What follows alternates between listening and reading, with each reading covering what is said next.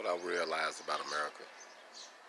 That it's called the land of the free, the home of the brave, because we are free to come up with our ideas and be independent.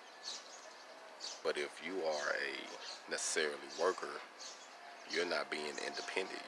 You're living someone else's dream.